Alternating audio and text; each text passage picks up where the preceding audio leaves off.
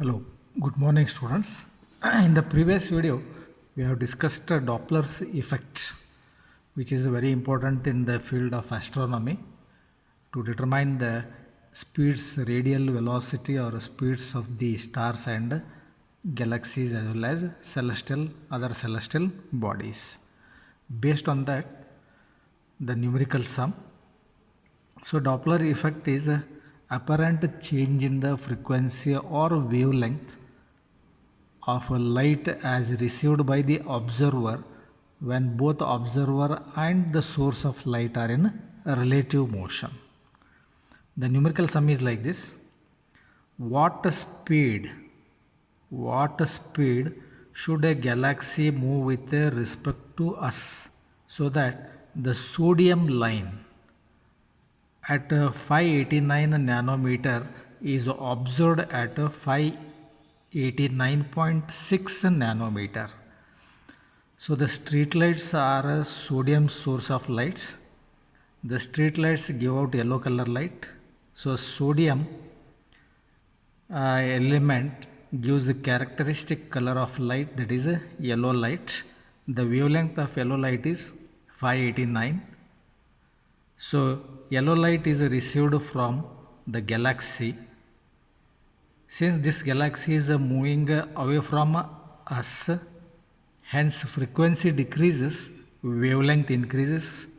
The wavelength increases to apparent increase in the wavelength of light as received from the galaxy is 589.6 nanometer. So we are asked to calculate with what velocity or radial velocity of the galaxy receding away from us.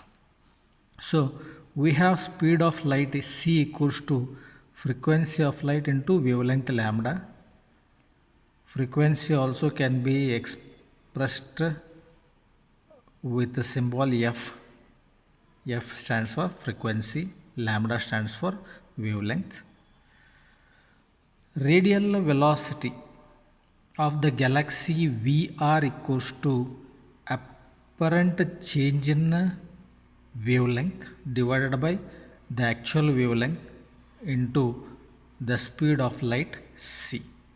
So here change in wavelength, that is 589.6 minus 589, it is a 0.6 nanometer, and the actual wavelength, the true wavelength is 589 nanometer.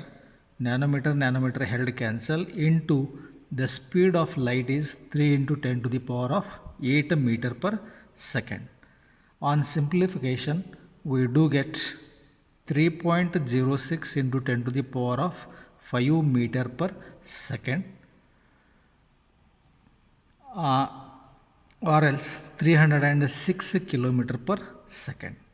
So the respective galaxy is moving away or receding away from us with a velocity 306 kilometer every second. So this formula for radial velocity can also be written in terms of frequency. In terms of frequency, the radial velocity is apparent change in the frequency of light as received from the source, and the true frequency or the actual frequency divided by true frequency into speed of light c. Then in this particular chapter we will be discussing two other properties of light, namely interference and diffraction. And both these phenomena are observed in the laboratory, which requires, for the phenomena of interference, which requires coherent sources of light. What are coherent sources of light? The light waves emitted by two sources with the same phase or with a constant phase difference are called coherent sources. So the phenomena of interference is possible only with coherent sources. There are various methods to realize coherent sources, namely Young's double slit, Fresnel's biprism, and Lloyd's mirror. So as per our syllabus, we will be considering only the Young's double slit experiment, wherein we realize coherent sources. The light waves emitted by these coherent sources have zero phase difference or constant phase difference. So once again, the sources of light which emit light waves having same phase or with a constant phase difference are called coherent sources. So here refer to this particular diagram. Here S dash is actually the source of light, that is a bulb. Monochromatic source of light. Monochromatic means single colored light. Let it be a green color. So the bulb gives out a green color light. Light waves advance in all possible direction from the bulb. This is the cardboard. In this cardboard at the center there is a small opening. The width of the opening is in millimeters and the height is somewhere around 3 to 4 centimeter. The height of the slit or the opening is 3 to 4 centimeter. The width is a fraction of a millimeter. Then the light waves from the source pass through this small opening called slit, rectangular slit, and that light transmitted through this rectangular slit is made to incident on two slits made on another cardboard. The another cardboard with two openings of a same dimension, say S1 and S2. Both S1 and S2 are equidistant from the first cardboard. Then the light waves transmitted from a slit S, they incident on both S1 and S2.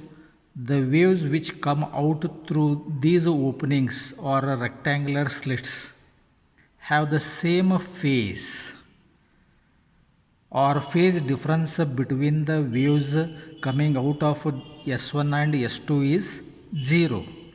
If a crust comes out from this S1 and from S2, crust also will come out. If a trough comes out through the S1 and through S2, trough comes out. In other words, the phase difference between the waves transmitted through both S1 and S2 are having zero phase difference or waves are emitted with the same phase. The waves which are transmitted from S1 and S2, which consists of alternate crusts and troughs, these waves they arrive at various points on the screen. So this is the point where the waves arrive in a phase.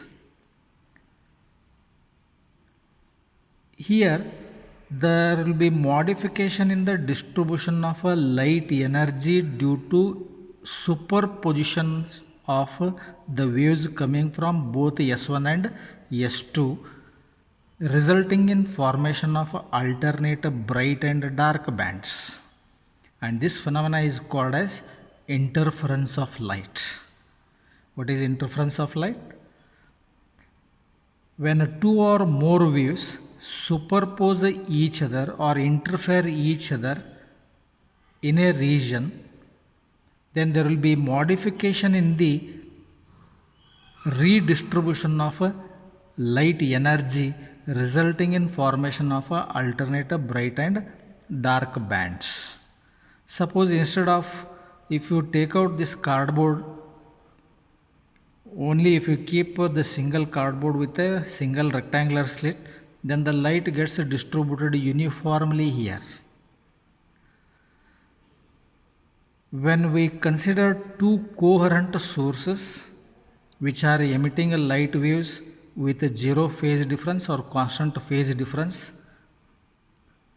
the light waves superpose each other, interfere each other at a various points on the screen. At some points they undergo constructive interference, at other points they undergo destructive interference. The point where the light waves undergo destructive interference, light adding to light produce darkness. So over the screen we get alternate bright and dark bands. These alternate bright and dark bands which are formed on the screen are called fringes, interference fringes. With a single source, what happens? With a single source, the light gets distributed uniformly, whereas with the coherent sources, the light waves coming from these two coherent sources get redistributed over the various points on the screen, resulting in formation of alternate bright and dark bands. Bright bands are as a result of constructive interference, dark bands are as a result of destructive interference. So conditions for constructive and destructive interference we'll discuss in detail. Now instead of these cardboards, if you consider two sources over here, bulb 1, bulb 2, then the light from these two bulbs get distributed uniformly over the entire surface of the screen. So coherent sources S1 and S2 are coherent sources, and this particular experiment is called Young's double slit experiment to obtain the interference pattern which consists of alternate bright and dark bands. So light adding to light produces darkness, provided if the parameters of the experiments are subjected to a set of conditions. The conditions are both S1 and S2 must be equidistant from S, and all these rectangular slits must be very narrow. The screen is to be placed at a large distance from the plane of the two slits. Capital D is the distance between the screen and plane of the two coherent sources, and the phase difference between the waves coming from these two coherent sources must be 0 or constant. These are the necessary conditions to get the interference pattern which consists of alternate bright and dark bands. If a bulb emits a green color, then bright bands are of green color separated by dark spaces. If we consider a yellow color bulb, then the bright bands are all yellow in color separated by dark spaces. If you consider white light, then the central band is white and rest other bands are colored bands we do get. White light is a polychromatic light. That's why we conduct this particular experiment, Young's double slit experiment, with a monochromatic source of light. Means any one particular color of a light we consider to discuss the phenomena of interference.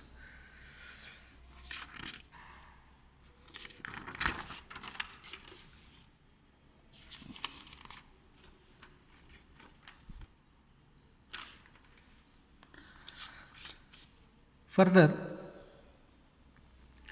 here S1 and S2 are the two coherent sources.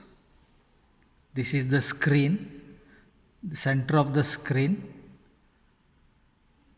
The waves from S1 and S2 arrive in phase at O. The phase difference between the waves arriving at O is 0. Both the sources are emitting a light waves of a same wavelength, same frequency, traveling with the same speed and nearly in the same direction, nearly.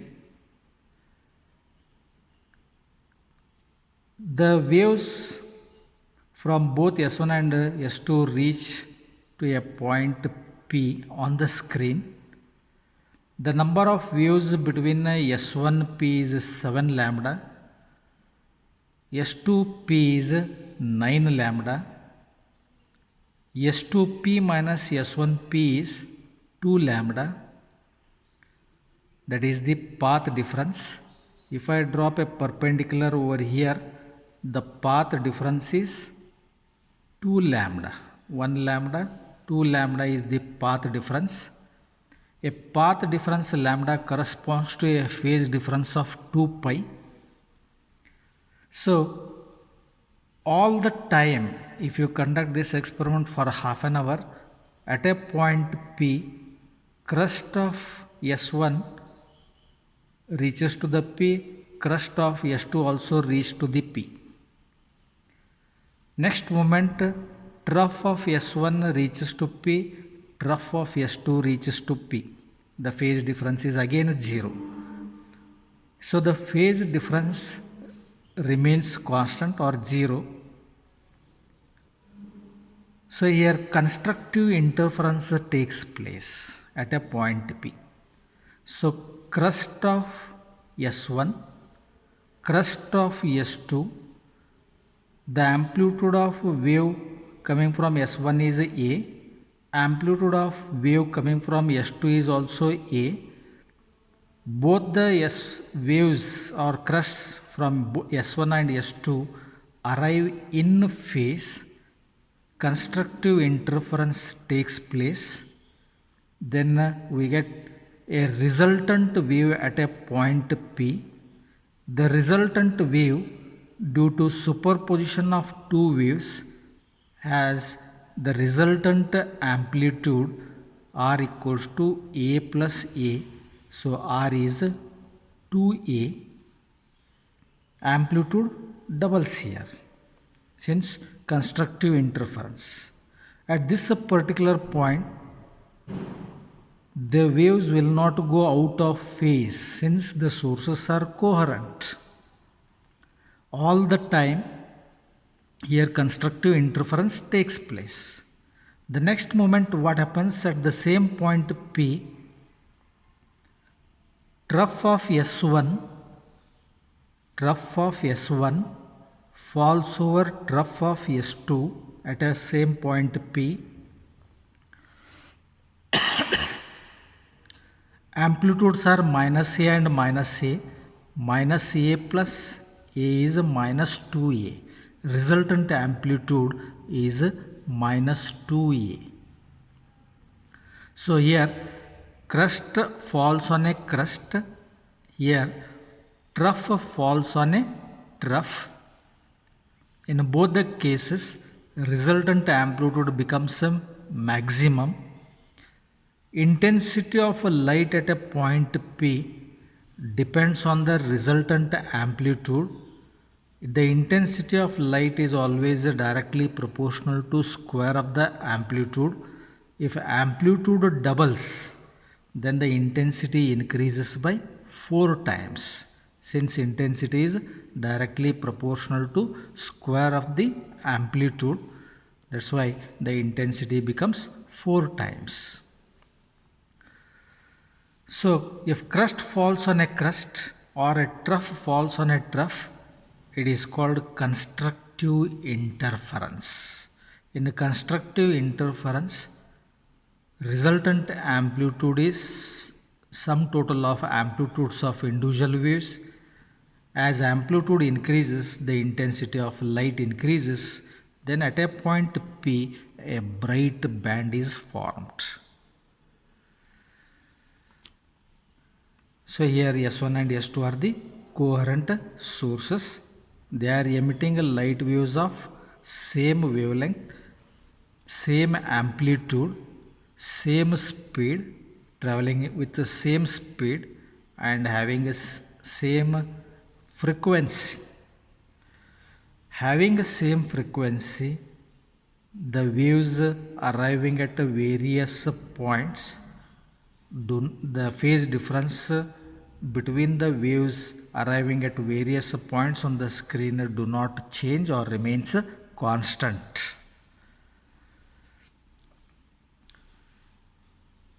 If you consider another point Q, the number of waves between S1Q is 10.5 lambda, S2Q is 9 lambda. The path difference is 1.5 lambda. This is the path difference. Path difference is 1.5 lambda. 1.5 lambda is 3/2 lambda. At this particular point Q, crust of S1 falls over the trough of S2. Means the waves arrive at a point Q out of phase. The phase difference between the waves is pi or 180 degree we say. Means crust of one wave falls on the trough of another. Amplitude of the crust is A, amplitude of trough is minus A, so the resultant amplitude R is A minus A equals to 0. In the next moment what happens? The crust of S2 falls over the trough of S1. Again the waves are out of phase. The phase difference, that is a pi we say, if a phase difference is pi or 180 degree, the waves are arriving out of phase, cancel each other's effect and resultant amplitude becomes 0. So at a point P, constructive interference, since at a point P crust falls over a crust or trough falls over a trough, resultant amplitude becomes maximum, intensity of light is maximum, then we say it's a constructive interference. Whereas at a point Q, the waves are arriving out of a phase, crust falls over a trough, here also crust falls over a trough, the phase difference is pi or 180 degree. Okay, or odd multiple of pi, 3 pi, 5 pi, like that. Then the resultant amplitude reduces to 0, the intensity of a light is 0. So subjected to all other conditions, to obtain the interference pattern, light adding to light produce darkness at a point Q. Okay.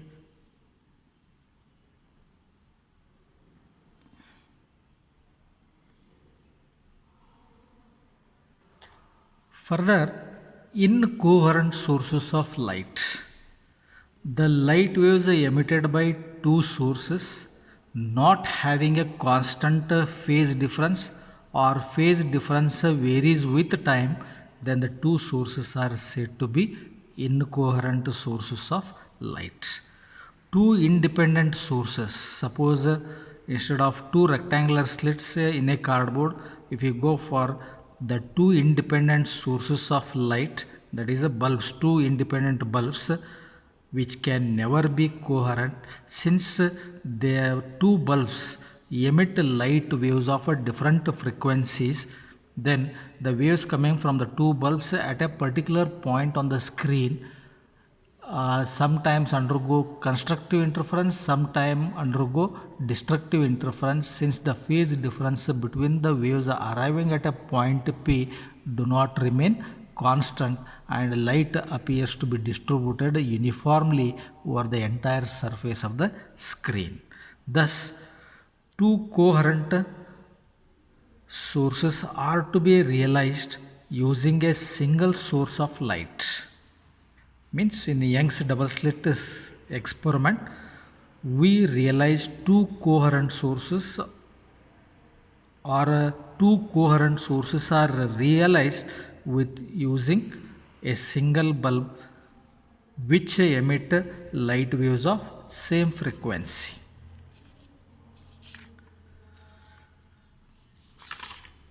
So you can visualize this fact with this particular diagram here. S1 and S2 are two incoherent sources or independent sources. These sources are not derived from a single source, they are independent sources. The amplitudes of the waves coming from these two sources is A and B. B is greater than A, and the number of waves emitted per second is also different for both S1 and S2, that is, frequencies are slightly different, they are not the same, but the waves travel with the same speed in a given region. Wavelength also varies here. Lambda 1 is the wavelength of light waves coming from S1 and lambda 2 is a wavelength of light coming from here to here, it is a wavelength. Crust to crust is trough to trough, this distance is one wavelength. The distance between the two crusts is wavelength. So lambda 1 is a wavelength of a light wave emitted from source S1, lambda 2 be the wavelength of light emitted from source S2. Then the equations of the waves coming from both S1 and S2 are given by a sine function, that is a displacement y1 equals to a sine omega 1 t minus kx, y2 equals to b sine omega 2t minus kx plus pi. So the waves are traversing along positive x-axis. Pi is the phase difference between the waves arriving at a point P. Y1 and Y2 are the displacements, A and B are the amplitudes, omega 1, omega 2 are the angular frequencies, and nu 1 and nu 2 are the frequencies which are not the same. Hence the sources are said to be incoherent. The phase difference between the waves arriving at a point P varies. One time crust of one wave falls on the crust of other.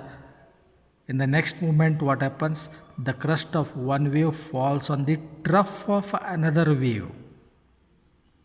One time constructive interference, another time destructive interference. Throughout the experiment at a point P there won't be constructive interference, and here at a point P continuously the waves arrive in phase or out of phase.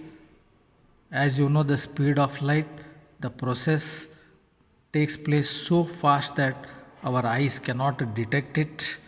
So the phase relation between or phase difference between the waves arriving at a point P from incoherent sources S1 and S2 do not remain constant. Hence the light appears to be distributed over the entire screen uniformly.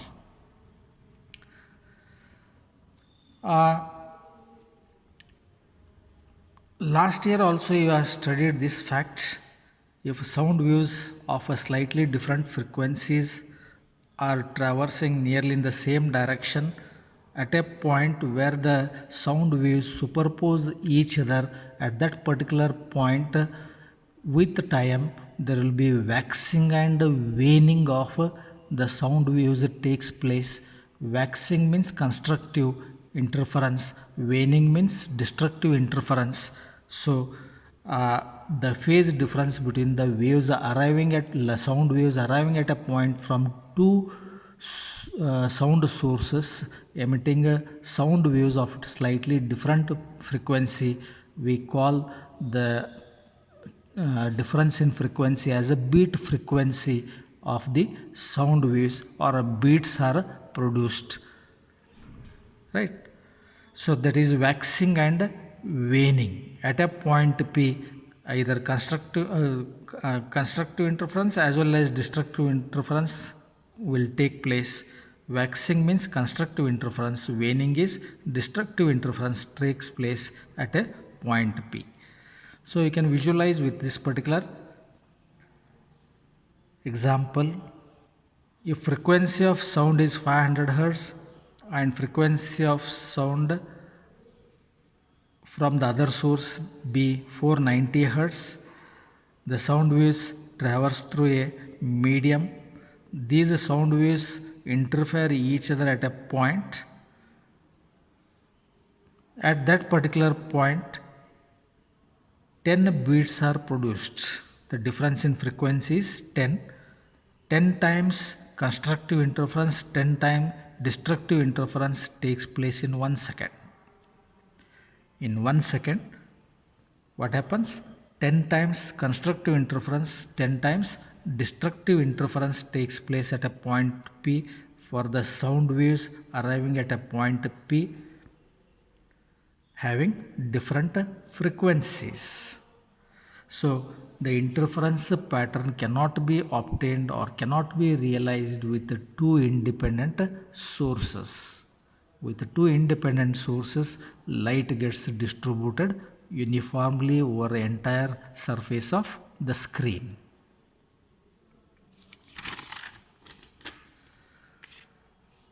Further, principle of superposition of waves. Principle of superposition of waves. So the sound waves from two sources interfere each other producing beats. Likewise, the light waves from two coherent sources superpose each other or interfere each other at various points on the screen, either constructively or destructively. And this principle of superposition of waves holds good for both longitudinal as well as transverse waves. Then this principle of superposition of waves states that when two or more waves interfere or superpose each other at a point P, at a point in a region, then a resultant displacement of a resultant wave is vector sum of a displacement due to individual waves. Just now we have discussed waves from S1 and S2 arriving at a point P. Waves from S1 and S2 arriving at a point P. At a point P where the waves interfere, they at that particular point, at that particular instant of time, a resultant wave is formed, and that resultant wave has a resultant displacement. The resultant displacement of a resultant wave is vector sum of displacements due to individual waves. So the principle of superposition of waves states that when two or more waves interfere or superpose each other at a point in a region, then a resultant displacement of a resultant wave is a vector sum of displacements due to individual waves. when waves from sources S1 and S2 having displacements y1 equals to a sin omega t, y2 equals to b sin omega t plus pi, superpose each other. So y1 is the equation of a wave coming from S1, y2 is the equation for the wave coming from S2. y1, y2 are the displacements of individual waves, where pi is the phase difference between the waves arriving at a point P. Okay, this pi can be odd multiple of pi or even multiple of pi. If it is a even multiple of pi, constructive interference, odd multiple of phi, the phase difference, then a destructive interference, that is a crust falls over a trough. Then resultant displacement of a resultant wave is y bar. It is a vector quantity.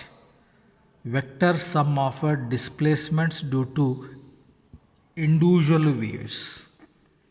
Y is resultant displacement of resultant wave, which is vector sum of displacements due to individual waves.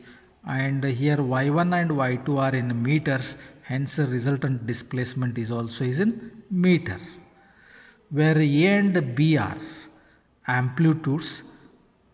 Amplitudes are nothing but the maximum displacement from the mean position, and they are also measured in meter, whereas omega is angular frequency.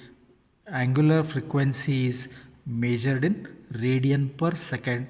Angular frequency omega is, it is 2 pi by t, or omega equals to, it is 2 pi nu. Nu is a linear frequency, omega is a angular frequency. Further, the pi is the phase difference between the waves arriving at a point P, and this pi is measured in radian. The phase difference is measured in radian. Angular frequency is measured in radian per second. The phase difference is measured in radian. 2 pi radian, 3 pi radian, 7 pi radian, 9 pi radian.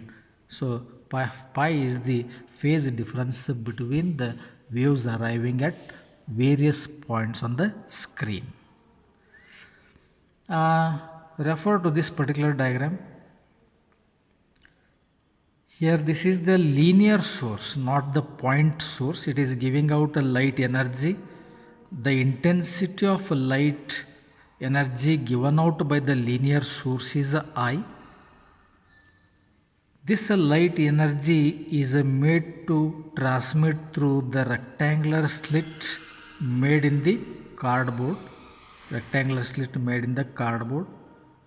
So the light energy is transported or transmitted through this air medium. Then energy transmitted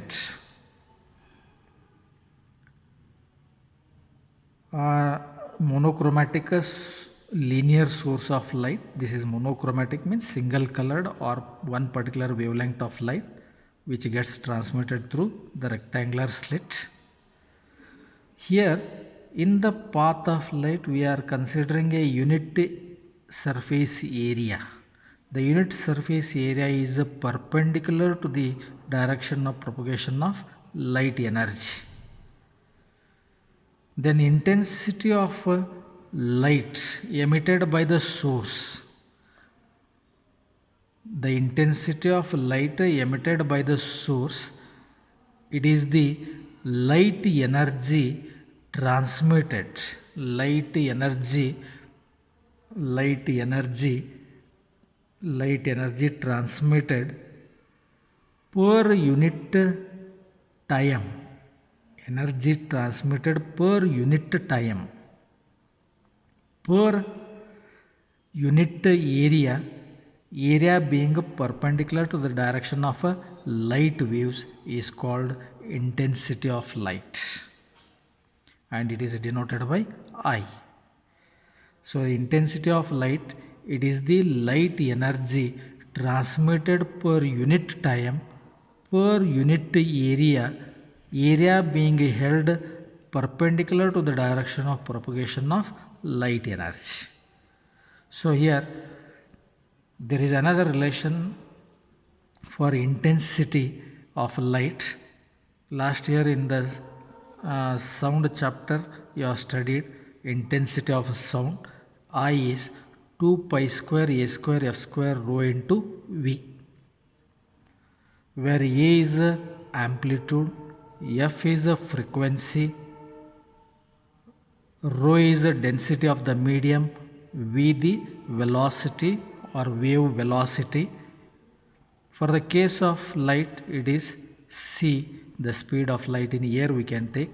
So intensity of a sound wave or light wave is directly proportional to square of the amplitude of the wave, and also directly proportional to square of the frequency. Intensity is also directly proportional to the density of the medium. Intensity is also directly proportional to the speed.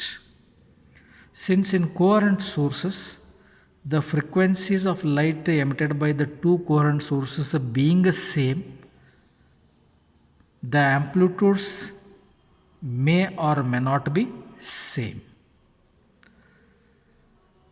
Frequencies are always to be same for coherent sources. The amplitudes for Young's double slit experiment, to obtain the interference pattern, we can go for sources with the same amplitude or slightly different amplitudes.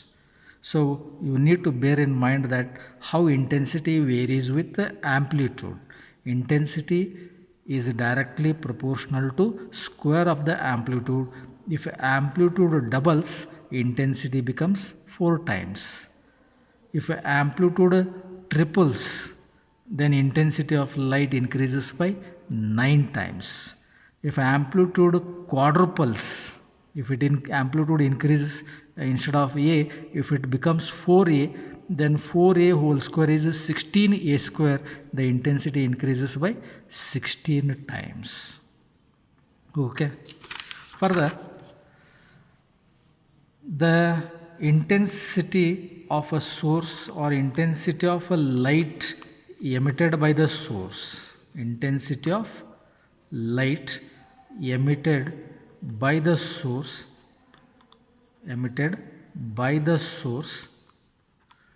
I is